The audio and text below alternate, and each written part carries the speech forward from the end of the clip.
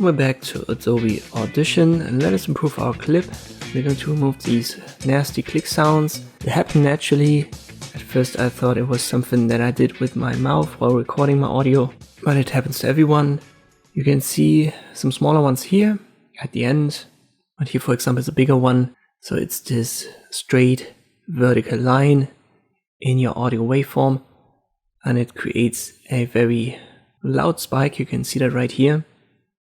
When you have the problem, it's not the mouse that you click, but it sounds like it. It has got something to do with your mouth movement. And as I've said, it's natural in every recording. Let me play this clip and you can hear a couple of them. This is a test audio clip that we're going to use to show what the applied effects in Audition sound like. We can get rid of them easily in Audition. We can, for example, go to Effects, Diagnostics, and use the declicker.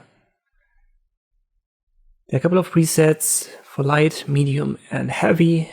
Let me use heavy. In most cases, that's fine. And then scan it.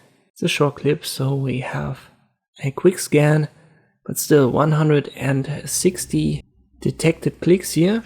And if you want to get rid of them, just watch these positions where we had some. We'll select our clip and then repair all. So you can select the entire clip pressing Ctrl A, by the way. And now you can already see in the waveform, these vertical lines are gone. Let me play it. This is a test audio clip that we're going to use to show what the applied effects in Audition sound like. And this really improves the quality of your audio clips, especially when people listen to your stuff using headphones.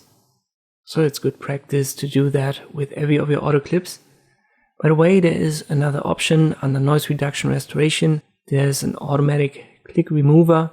It's basically the same. So we have light, medium, heavy, but you can adjust it a little bit more manually here using threshold and complexity. So if you want to have more manual control over this, you can do that using the click remover. But for most people, this declicker is totally fine. So try to use that first, and it should work in 99% of the cases. I hope this video was helpful. Thank you for watching, and I'll see you next time.